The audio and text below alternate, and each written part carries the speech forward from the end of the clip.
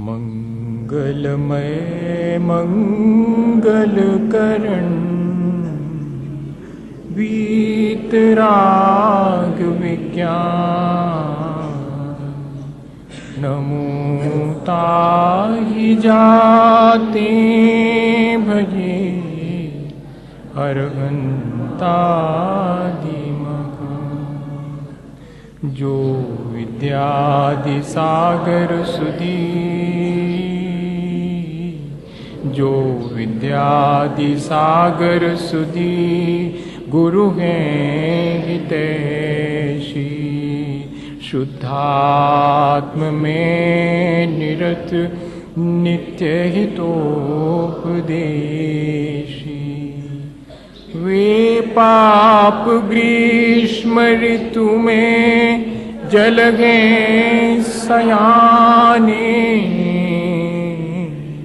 पूजूं उनके सतत केवल ज्ञान पाने पूजूं उनके सतत केवल ज्ञान पाने। बोले भगवान महावीर स्वामी की, आचार्य कुंद कुंद स्वामी की, आचार्य गुरुवर विद्यासागर मुनि महाराज की।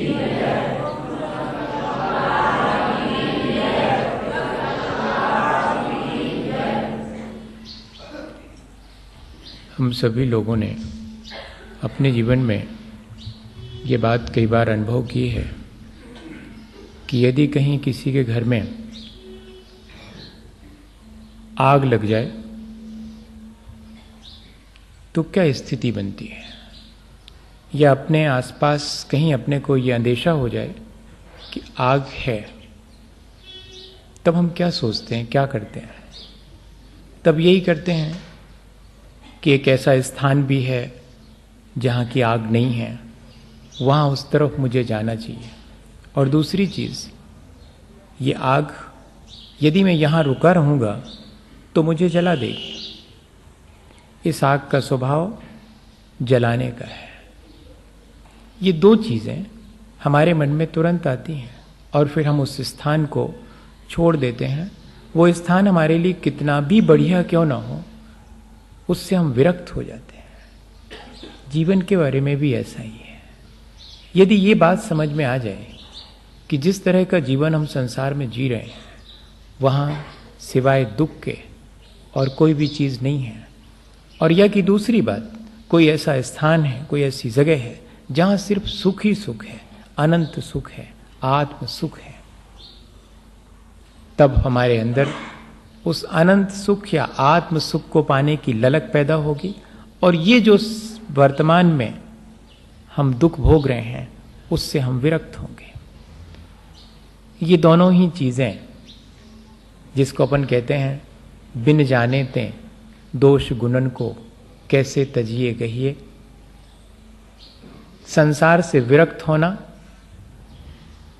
ये तभी संभव है जबकि हमें कोई अनंत सुख प्राप्त हो सकता है, इस बात का विश्वास हो और हमारे भीतर उस अनंत सुख को पाने की ललक पैदा हो, और या फिर मैं जहाँ जिस स्थिति में हूँ वहाँ उस संसार में सिवाय दुख के और कुछ भी नहीं है, इस बात का गहरा एहसास हो। बिभेति मृत्योर न ततोस्ति मोक्षो नित्यम शिवम वांछति नास्य लाभा तथापि बालो भय काम अवस्यो वृथा स्वयं तप्यति इति अवादि। हे भगवान, आपने हम सब संसारी जीवों के लिए यही समझाया है कि यहाँ हम व्यर्थ ही दुख पाते हैं, जबकि हम दुख से डरते हैं,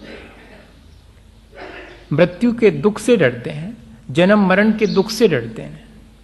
न ततोस्ति मोक्षो, लेकिन उस दुख से मुक्त होने का कोई उपाय नहीं करते हैं। नित्यम शिवम वांछति नास लाभा, रोज हम आत्म सुख, अनंत सुख और अपने मोक्ष की कामना करते हैं, लेकिन इसके बावजूद भी हम उसे प्राप्त नहीं कर पाते हैं।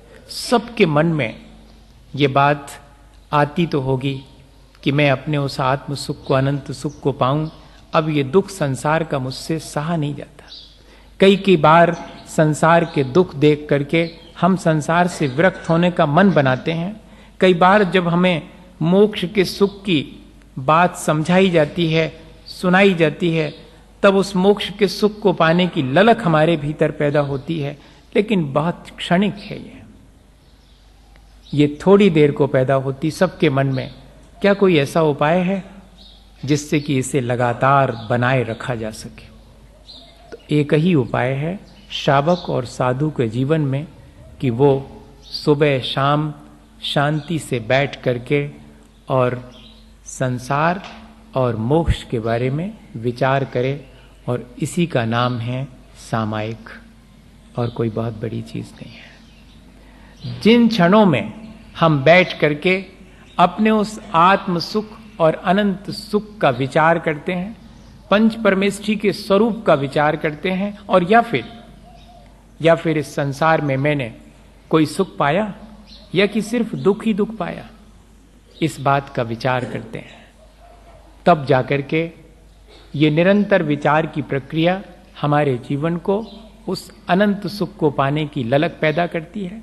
और इतना ही नहीं, दुख से बचने का उपाय क्या है, इस पर विचार करने के लिए मजबूर करती है। हम लोग सोचते हैं कि सामायिक सुबह शाम माला फेर लें, थोड़ा पंच परमेष्ठी का जाप कर लें, तो अकेले जाप देने से और माला फेर लेने से या कि पंच परमेष्ठी का स्मरण कर लेने से यदि कल्याण होता तो अब तक तो हो गया होता, क्योंकि वर्षों गुजर गए, माला फेरते और जाप देते और पंच परमेष्ठी के चरणों में अपनी श्रद्धा व्यक्त करते।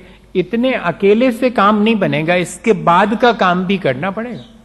हम सोचते हैं कि वो ना करना पड़े, होमवर्क ना करना पड़े, हम स्कूल में पढ़ के तो आ जाएंगे, आप जितना जितना पढ़ाओगे। यही मुश्किल अपन लोगों के साथ यही है। हम विचार करें कि यदि हमारे मन में सच्चे सुख को पाने की ललक है, तो हमने उसके लिए कुछ किया अभी तक? उसका कोई उपाय किया? और उस सच्चे सुख के लिए क्या मैं अपने इन संसार के छोटे मोटे सुखों को दांव पर लगाने के लिए तैयार हूं? ये तैयारी मेरी है? अगर नहीं है तो अकेले सच्चे सुख की कामना कर लेने से सच्चा सुख नहीं मिलता। हम अगर स्वास्थ्य की कामना करें और उपाय सारे तबीयत बिगाड़ने के करें, तो बताइएगा अकेले स्वास्थ्य की चर्चा कर लेने से कोई स्वस्थ हो जाएगा? डॉक्टर के पास ना जाएं और घर बैठे ही स्वास्थ्य कैसा होता है, और स्वास्थ्य पर बहुत सारी किताबें रखी हुई हैं और हमने अपने कैसी स्थिति होती है स्वस्थ व्यक्ति की, उस पर बड़ा पीएचडी कर लो आपकी स्वस्थ व्यक्ति की क्या स्थिति होती है, तब भी जो बीमारी और जो दुख जीवन में है उनसे जरा भी हम बच नहीं पाएंगे। और यह दूसरी स्थिति, अपने दुखों की चर्चा कर लो। हम लोग बाहर से हम दुखी हैं इस बात का विचार करते हैं, लेकिन भीतर भीतर कहीं ये बात बनी रहती है कि हो ना हो, अभी नहीं मिल रहा, मिलेगा, इसी में मिलेगा, थोड़ा बहुत मिलेगा, देखो उनको देखो, वो कितने सुखी हैं। अपन भी जब उस स्थिति में पहुंचेंगे तब अपन भी सुखी हो जाएंगे। है इस संसार में सुख, भीतर भीतर एक मन कहता है कि है इस संसार में सुख, और बाहर वाणी में शब्दों में यही आता है कि संसार में दुख ही दुख है। किसी से भी पूछ लो, फौरन कहेगा कि संसार में दुख ही दुख है। एक तरफ इस संसार में हम दुखों की चर्चा करते हैं, लेकिन दुख से बचने का उपाय नहीं करते हैं। सुख की चर्चा करते हैं, लेकिन सुख कैसे प्राप्त हो इस बात का उपाय नहीं करते हैं। तो ये दोनों चीजें हमारे जीवन को जरा भी ऊंचा नहीं उठा पाती। आध्यात्मिक विकास के लिए श्रावक को क्रम क्रम से आगे बढ़ने के लिए कहा जा रहा है। अपन समझ रहे हैं इस चीज को। हमने सबसे पहले संकल्प लिया था कि अब संसार शरीर और भोगों की तासीर समझ में आ गई है, इनमें मैं अब ज्यादा आसक्त नहीं होऊंगा, इसलिए मैं उनसे उदासीन हो गया हूं। अब मेरे लिए शरण सच्चे देवगुरु शास्त्र की है और मेरी दृष्टि निर्मल हो गई है। सम्यक दर्शन शुद्धा, सम्यक दर्शन से जो शुद्ध हो गया है और जिसने पंच परमेष्ठी की शरण ले ली है, संसार शरीर भोगों से उदासीन हो गया, मानिएगा वो शावक की शुरुआत है। वहां से शावक अपने जीवन को ऊंचा उठाने की शुरुआत करता है। और फिर कल अपन ने समझा था कि कैसे हम अपने जीवन में छोटे छोटे संकल्प लें और उन संकल्पों को निरंतर बनाए रखें। और अब तो ऐसा लग रहा है कि वे संकल्प मेरे जीवन को सचमुच बहुत शांति दे रहे हैं। अब मैं ऐसा संकल्प करूं जिससे कि और अधिक मेरे जीवन में शांति आए, मैं उस आत्म सुख के बारे में विचार कर सकूं और संसार के दुखों के बारे में विचार कर सकूं। अभी तो मेरे पास वक्त ही नहीं रहता। अभी तो मैं इतना व्यस्त हूं संसार के कामों में कि मुझे जरा भी 5 मिनट अपने उस आत्म सुख और संसार के इन दुखों के बारे में एनालिसिस करने का टाइम ही नहीं मिलता। अब मैंने सोच लिया है कि मैं सुबह दोपहर शाम नियम से, चाहे कुछ भी हो जाए, अभी तो सुबह बैठ पाया तो बैठा, टाइम से बैठ पाया तो बैठा, नहीं बैठा तो आगे पीछे भी मैं अपने जीवन के बारे में विचार करने बैठ जाता था। लेकिन अब ऐसा नहीं करूँगा। अब तो सुबह समय से, दोपहर भी समय से और शाम को भी ठीक समय पर। आचार्य भगवंतों ने लिखा है कि जो निश्चित समय पर अपने आत्मा के कल्याण के विचार के लिए बैठता है, इसके मायने हैं कि वो अपने आत्म कल्याण को अब प्रायोरिटी देने लगा है। अब संसार की चीजें, मुझे ये भी करना है, मुझे ये भी करना, मुझे ये भी करना है, हाँ सब करूंगा, लेकिन अभी पहले उन सब से पहले मुझे अपने आत्म कल्याण के लिए विचार करना है और इस संसार के स्वरूप का विचार करना है। इसके लिए अगर हम प्रायोरिटी देना शुरू करें तब कहलाएगी वही तीसरे नंबर की प्रतिमा, सामायिक प्रतिमा। हम लोग तो ये सोचते हैं कि बस पहले दूसरी प्रतिमा में 2 बार सामायिक करते थे, अब 3 बार कर लेंगे, क्या फर्क पड़ता है, जैसी पहले करते थे वैसे भी कर लेंगे। सुबह 5 माला फेल ली, शाम को 5 फेल ली, दोपहर में और फेल लेंगे 5 माला। अब ले लो तीसरी प्रतिमा भी ले लो। और ले ली अपन ने, 2 से 3 बढ़ गई, लेकिन 2 से 3 अकेले बढ़ाने से काम नहीं चलेगा। यहां क्या घटा बढ़ा है ये भी देखना पड़ेगा। यहां संसार घटा और मेरे मुक्ति की लालसा बढ़ी। अगर ऐसा हुआ है तब तो मेरी तीसरी प्रतिमा, सामायिक प्रतिमा, सार्थक हो गई। सामायिक प्रतिमा की सार्थकता इसी में है कि संसार से रुचि घटे, ताकि मैं संसार के बीच अब अपना सुबह दोपहर शाम घंटे घंटे भर कैसे होंगे वो भरत चक्रवर्ती जो 96,000 रानी और अपार वैभव के बीच सवा दो घंटे 3 संध्या कालों में, और इतना ही नहीं, अष्टमी चतुर्दशी के दिन स्मशान में जाकर के पूरे दिन भर इसी सामायिक की साधना किया करते थे। हम याद करें उनके लिए ऐसे मौके पर और देखें अपने भीतर कि कहते तो हैं कि संसार में दुख है। जब संसार में दुख है तो फिर मैं उस संसार को प्रायोरिटी क्यों देता हूं? क्यों नहीं मैं अपने आत्म कल्याण की बात को विचार करने के लिए समय निकालता हूं? और अगर मैं समय निकालता हूं तो इसका मतलब है कि अब मेरी संसार से विरक्ति धीरे धीरे शुरू हो गई। और भैया अकेले बाहर से शब्दों में कह देने से नहीं होगा काम, हमें अपने भीतर इस चीज का अनुभव करना पड़ेगा। कई बार ऐसा मन में आएगा कि अरे कोई अच्छी बात विचार करने के लिए कहा होता सामायिक में, पंच परमेश्वरी का स्मरण कर लेंगे, हम आत्मा का चिंतन कर लेंगे। अरे इसकी क्या आवश्यकता है कि संसार में दुख हैं, वैसे ही क्या कम दुख हैं, और फिर दुखों का और विचार करें तो और ज्यादा दुख होगा, ऐसा मन में आ सकता है। लेकिन आचार्य भगवंतों ने बहुत सोच समझ के ये बात कही है। कभी आपको इस बात का ध्यान है कि किसी सर्जन के पास जाते हैं, कोई घाव हो जाता है तो क्या करता है वो? क्या करता है वो इस बात की दिलासा देता है और ऊपर ऊपर से सहलाता है क्या उसको? बिल्कुल नहीं, जाते ही साथ और जोर से दबा देता। अरे पहले ही से दुख था, हम तो सोच रहे थे कि आप यहां कोई सुख पहुंचाओगे, आपने तो और तकलीफ पहुंचा दी। ऐसा कहते हैं क्या उससे? नहीं, वो उसमें से मवाद निकाल देता है, पीड़ा और ज्यादा बढ़ जाती है।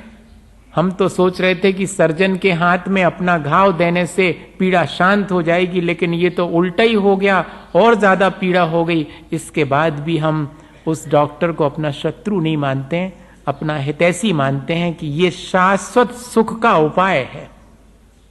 कभी कभी अगर संसार के दुखों का विचार करने से घबराहट होने लगे और दुख बढ़ जावे कि सचमुच इतना दुख, तो समझना कि अब संसार से विरक्ति होने के क्षण आ गए हैं। संसार से विरक्ति के क्षण कब आते हैं?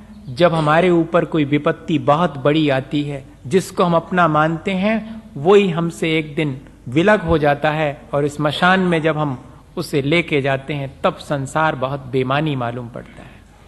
सब कुछ बेईमानी, सब संसार में दुखमय जान पड़ता है, लेकिन थोड़ी देर को, और उसके बाद फिर संसार की आसक्ति घेर लेती है और हम भूल जाते हैं, सब भूल जाते हैं। वो जो थोड़ी देर को हम विरक्त होते हैं संसार के बहुत सारे दुखों को देख करके, ऐसे ही आचार्य भगवंत कह रहे कि सामायिक में बैठ करके दुखों का विचार करना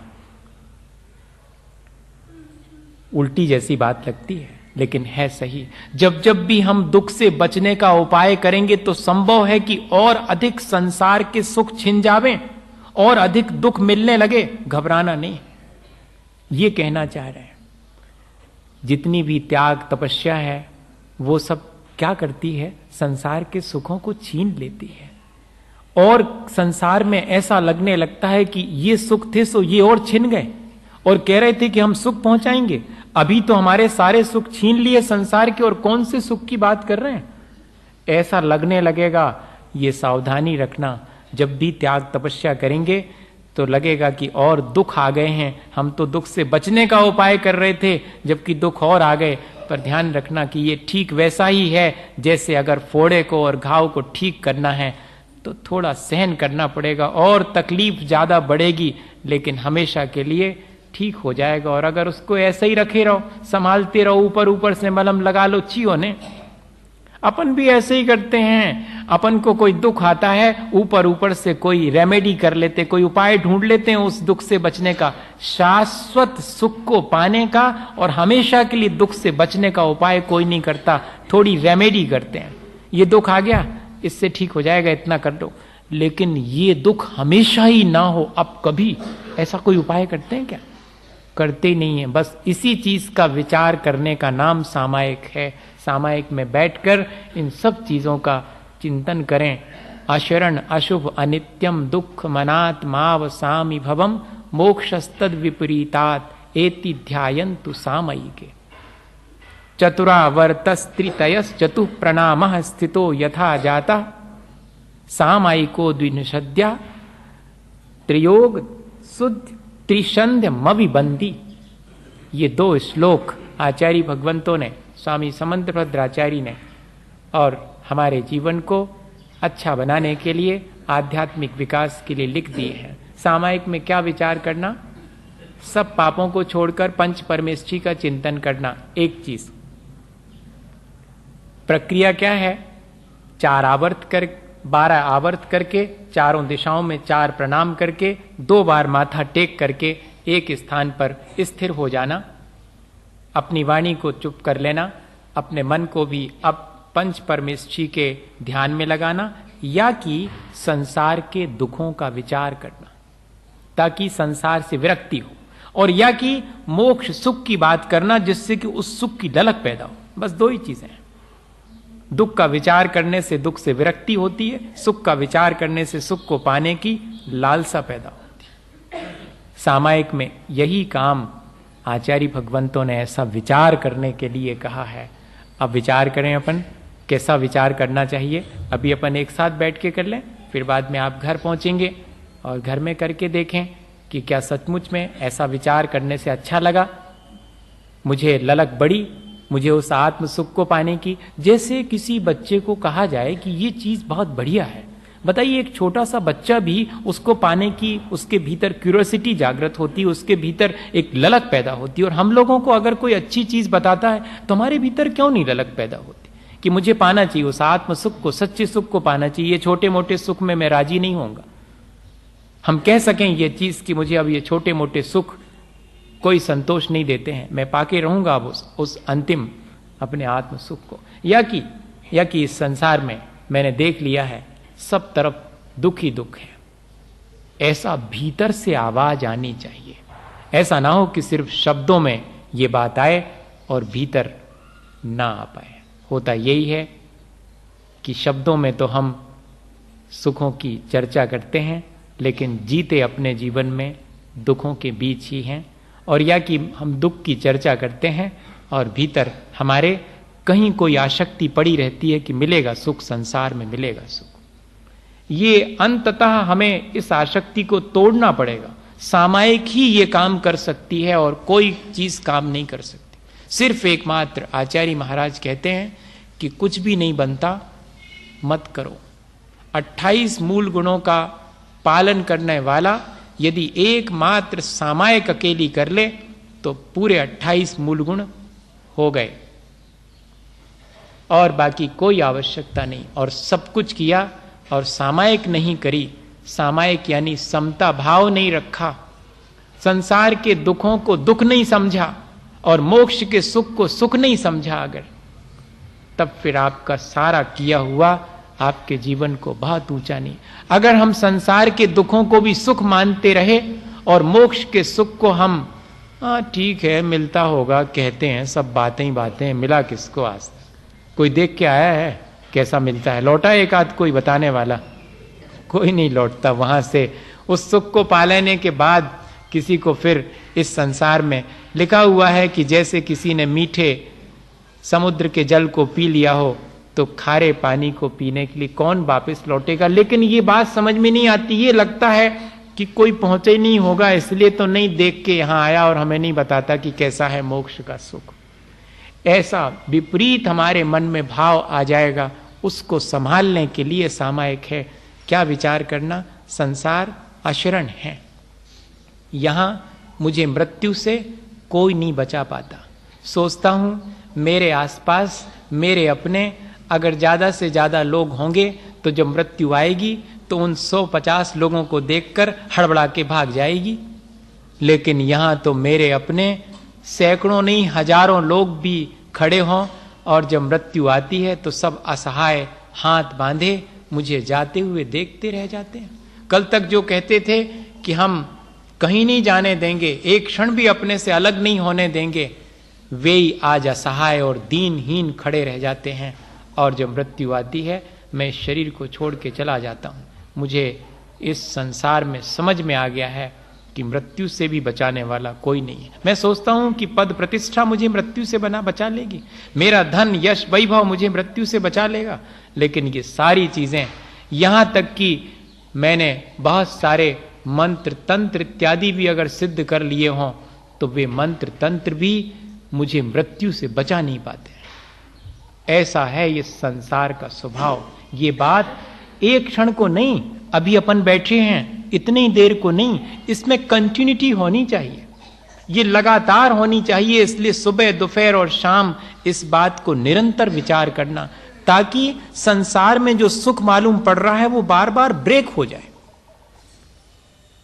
ये जो भ्रांति है कि संसार में सुख है, उस भ्रांति को तोड़ने के लिए ये बार बार सुबह दोपहर शाम विचार करना कि वास्तविकता क्या है। कहीं ऐसा तो नहीं कि मैं संसार में सुख मान करके भ्रमित हो रहा हूं, और अपने उस भ्रम को देखने के लिए हम बैठें सुबह दोपहर शाम और विचार करें कि यहां पर शरण नहीं है। और इतने ही नहीं, अशुभ, ये संसार मुझे मृत्यु से नहीं बचा पाता, इतना तो ठीक है, लेकिन ये अशुभ बड़ा है। अशुभ मतलब यहां दिखता कुछ है और होता कुछ और है।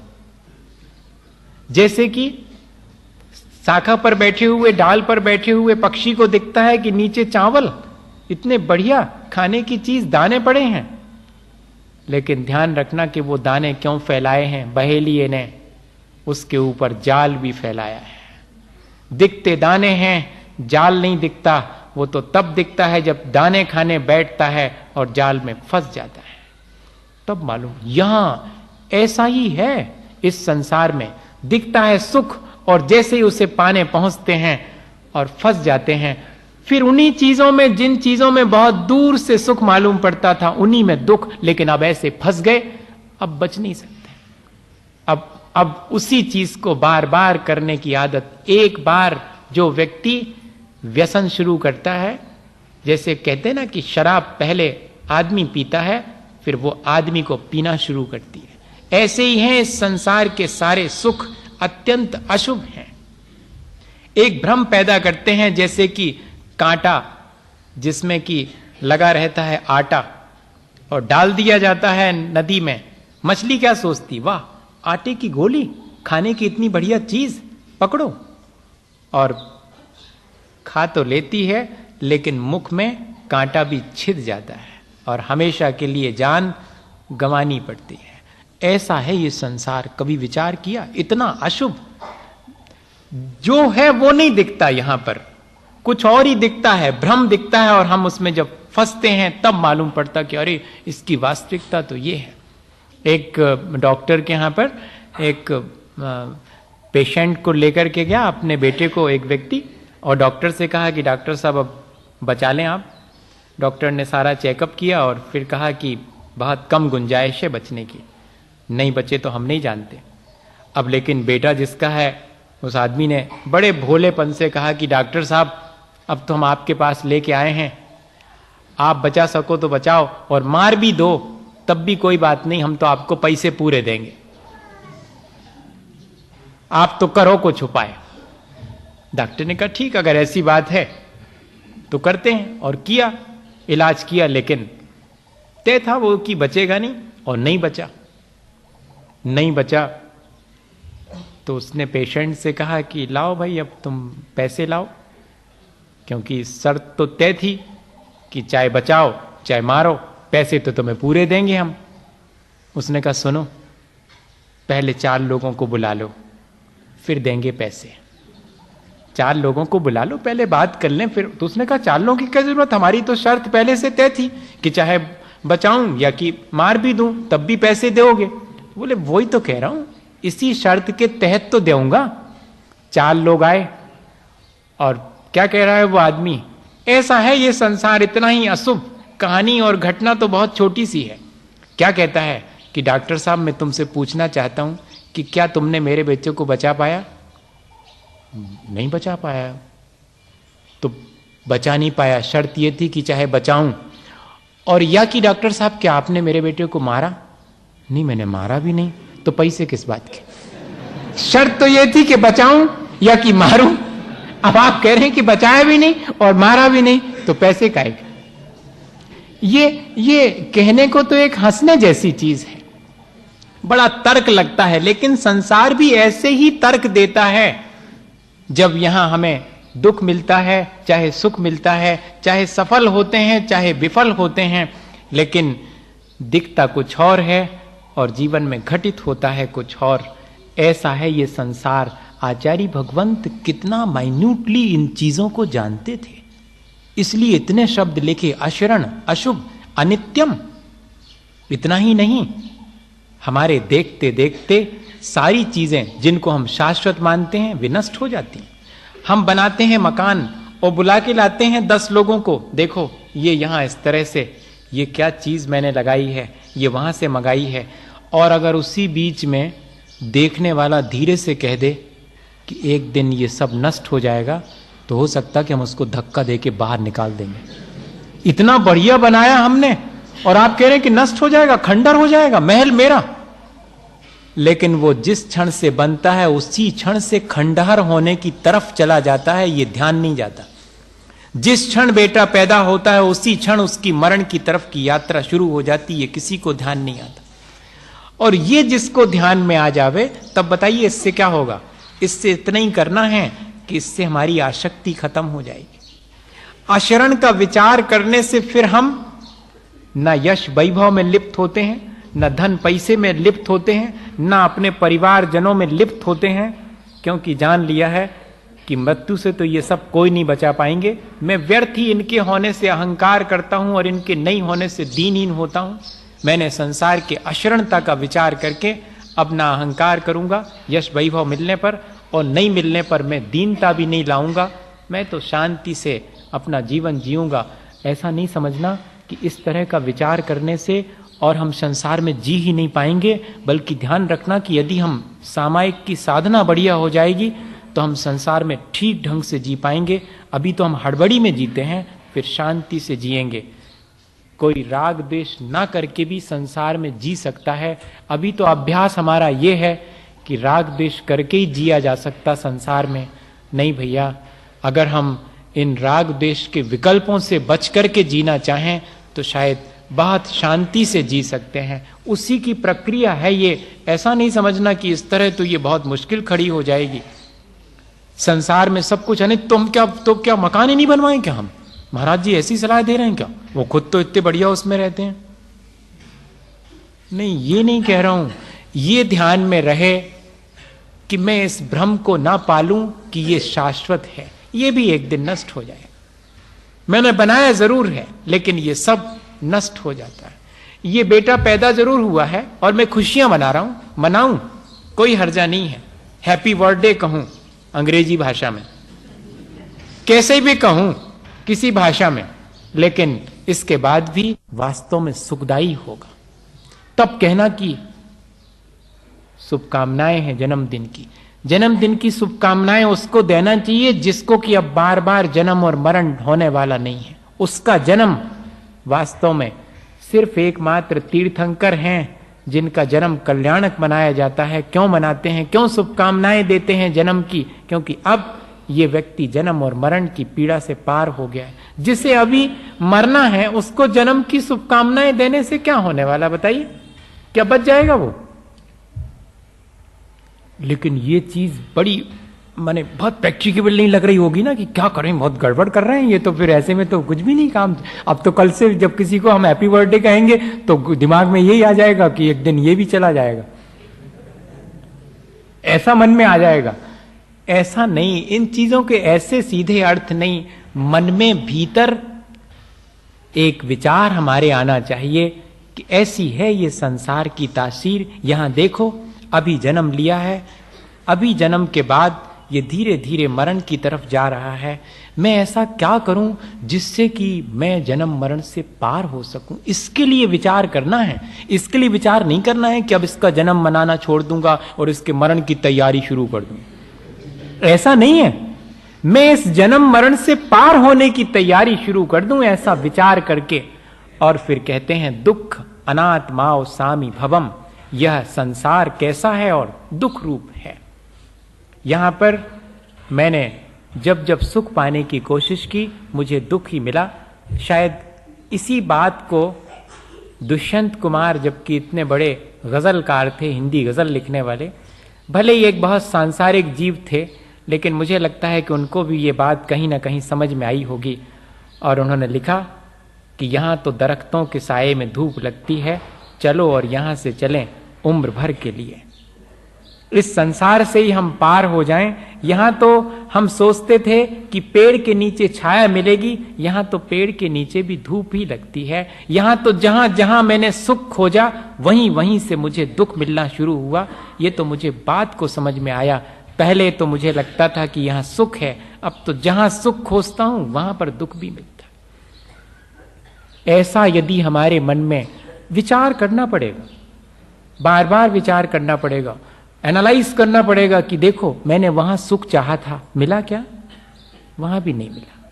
कितनी जगह मैं पूरी जिंदगी सुख पाने की चेष्टा करता रहा, यहां पर क्या करूं? अब यहां पर सुख है नहीं। मैं व्यर्थ में ही जब सुख की कामना करता हूं तब दुख पाता हूं, और जब मैं सुख पा लेता हूं तब भी एक नया दुख शुरू हो जाता। अरे ये तो दुख ही वाला मामला। ऐसा विचार करने से क्या होगा? ऐसा विचार करने से इस संसार के सुखों की लालसा नहीं होगी, बस इतना ही। संसार के सुख छूट जाएंगे ऐसा नहीं। संसार के सुखों की लालसा जो हमें दुख देती है, संसार के सुख हमें दुख देते हो ऐसा नहीं। संसार के सुख पाने की जो लालसा है ना, वो दुख देती है, बहुत दुख देती है। ये सुख मिल जाए, जब तक नहीं मिला तब तक उसे पाने का दुख, और जिस दिन मिल जाता है तो मालूम पड़ जाता कि इसमें सुख बिल्कुल भी नहीं है। ये अगर समझ में आ जाए, ये गणित समझ में आ जाए संसार का, आता नहीं एकदम। मैं तो अभी आपसे बात कर रहा हूं, मेरी भी कितनी समझ में आया है मैं ही जानता हूं, ईमानदारी से। हाँ, आपसे बात कर रहा हूं, चर्चा कर रहा हूं, विचार कर रहा हूं, लेकिन कोई ऐसा भी होगा जो इन सारे विचारों को करके संसार से विरक्त हो जाएगा। ये सारी चीजें हमें संसार के सुखों से विरक्त करने वाली हैं। संसार के सुख ज्यों के त्यों रहेंगे, लेकिन मैं उसमें आसक्त नहीं होऊंगा, बस इतना ही। आप बार बार इस चीज को मैं दोहरा रहा हूं। ये नहीं समझना कि संसार के सुख कहीं हमें फेंकने जाना है उठा करके आज, नहीं। सब कुछ ज्यों का त्यों रहेगा, लेकिन वो जो मेरी उसमें आसक्ति है वो खत्म हो जाएगी। और वो आसक्ति खत्म हुई तो वे सारे सुख फिर मुझे दुखी नहीं कर पाएंगे। जो थोड़ी देर पहले सुख लगते हैं, जिनमें से बाद में दुख निकलता है, फिर मुझे दुखी नहीं कर पाएंगे। ये विद्या सीखनी है, ये आर्ट सीखना, और कोई विशेष बात नहीं। ये सामायिक में अगर हम ऐसा निरंतर विचार करेंगे तो संभव है कि ये चीज हमारे भीतर आए, क्योंकि आचार्य भगवंतों ने तो लिखी है, उन्होंने अपने अनुभव से लिखी है। उन्होंने ऐसा विचार करके अपने जीवन में सुख पाया होगा, आत्म सुख पाया होगा, इसलिए हमें ये प्रक्रिया सामायिक में करने के लिए दी है। और अनात्मा, ये संसार मेरे से भिन्न है, आत्मस्वरूप नहीं है, ऐसा विचार करना। और मोक्षस तद विपरीतम एति ध्यायन्तु सामयिके, संसार ऐसा है और मोक्ष ठीक इससे विपरीत है। अर्थात वो शरणभूत है, वो शाश्वत है, वो सुख रूप है। जैसे संसार दुख रूप है, मोक्ष सुख रूप है। जैसे संसार अशरण है, मोक्ष शरण रूप है। जैसे संसार अशुभ है, वैसे ही मोक्ष शुभ रूप है। ऐसा विचार मोक्ष के बारे में करना, मुक्ति के बारे में करना और संसार के बारे में करना, सामायिक में यही कार्य करना है। बाकी जो प्रक्रियाएं हैं वो तो सबको मालूम है कि चारों दिशाओं में भगवान का स्मरण करके, नमोकार मंत्र पढ़ के और स्थिर होकर के फिर बैठ जाना। अपन लोग बाह्य क्रियाएं तो पूछते हैं, महाराज सामायिक में कैसे करने पड़ा, पूरब की दिशा से कि उत्तर की दिशा से? वे कहते कि उत्तर में बैठ के करने पड़ती कि पूरब में। अब ये ही नहीं तय हो रहा। अपन इन क्रियाओं में इतने उलझ गए हैं कि वास्तव में इस सामायिक से लाभ क्या लेना था ये तो विस्मृत हो गया। कैसे बैठना चाहिए, क्या करना चाहिए, खड़े होके करें महाराज, और वो आवर्त कैसे करना चाहिए, ऐसे ऐसे कैसे करते, हमसे तो बनते ही नहीं है। अच्छा तुझे यहाँ तक घुमाते रहो, भले ही भीतर कचू घूमे चाहे न घूमे। बड़ी मुश्किल होती। कई लोग जो है वो इन्हीं चीजों में क्लॉकवाइज करें कि एंटी क्लॉकवाइज करें, कौन सी डायरेक्शन में करें। जी महाराज ऐसे ऐसे हिलाना चाहिए कि ऐसे ऐसे करना चाहिए, दुनिया भर की। हम परेशान हो जाते सामायिक की विधि बताते बताते, लेकिन वास्तव में सामायिक का उद्देश्य क्या है ये कोई नहीं पूछता कि मुझे सामायिक करने से वास्तव में क्या संसार से विरक्ति हो जाएगी, क्या मुझे सचमुच में सामायिक करने से संसार की वास्तविकता समझ में आई। मैंने तीनों संध्याओं में सामायिक करके देखी, मुझे बहुत आनंद आया। मुझे अब संसार के बीच रह करके भी और कोई चीज डिस्टर्ब नहीं करती है, मैं सबसे अप्रभावित रह के अपना कल्याण आनंद से करता हूं। ऐसा ध्यान में आए, ये बोध जागृत हो जाए। सामायिक हमारे भीतर मुक्ति के सुख का और संसार के दुखों का बोध उत्पन्न करती है बस, और हमारे लाइफ को जरा भी डिस्टर्ब नहीं करती, बल्कि एक जागृति हमारे भीतर ला देती, एक समझ हमारे भीतर ला देती है। एक छोटा सा उदाहरण समझें तो शायद समझ में आ जाएगा कि हाँ वास्तव में ऐसा ही है। क्या हुआ कि एक परिवार में और पिता नहीं रहे, माँ रह गई और बेटा रह गया। और पिता हीरे जवाहरात का काम करते थे, वो कुछ हीरे छोड़ गए अपने बेटे के लिए। माँ ने कहा कि सुनो अब पिता नहीं रहे, घर गृहस्थी कैसे चलेगी, ये कुछ हीरे पिता जो रख गए हैं, जाओ तुम, पिता के वो मित्र हैं, वो बहुत बड़े जौहरी हैं, और उनके पास इनको रखाओ और कुछ पैसे ले आओ जिससे कि गृहस्थी चले। माँ की सलाह तो ठीक थी। बेटा गया और पिता के मित्र, उनको वो भी पहचानता था, चाचा कहता था उनको कि चाचा ये कुछ हीरे हैं, इनको रख लो और अब हमारी गृहस्थी कैसे चलेगी, कुछ दे दो हमें इन हीरों के एवज में। जैसे ही उसने देखे वो हीरे, समझ गया कि ये हीरे कीमती नहीं हैं, दिखने को हीरे हैं लेकिन वास्तविक नहीं है, ये सब घटिया किस्म के हैं, इनकी कोई खास कीमत नहीं है। लेकिन अभी अगर इसको कहूंगा, अभी कहूंगा तो ये क्या समझेगा कि आज मेरे पिता नहीं हैं, तो ये पिता के मित्र होकर कि मेरे साथ धोखा कर रहे हैं, इन हीरों को खोटा बता रहे हैं। कुछ नहीं कहा, बल्कि और प्रेम पूर्वक कहा कि बेटे, मैं तुम्हारे पिता का मित्र, तुम्हारे पिता के समान हूं, क्यों चिंता करते हो?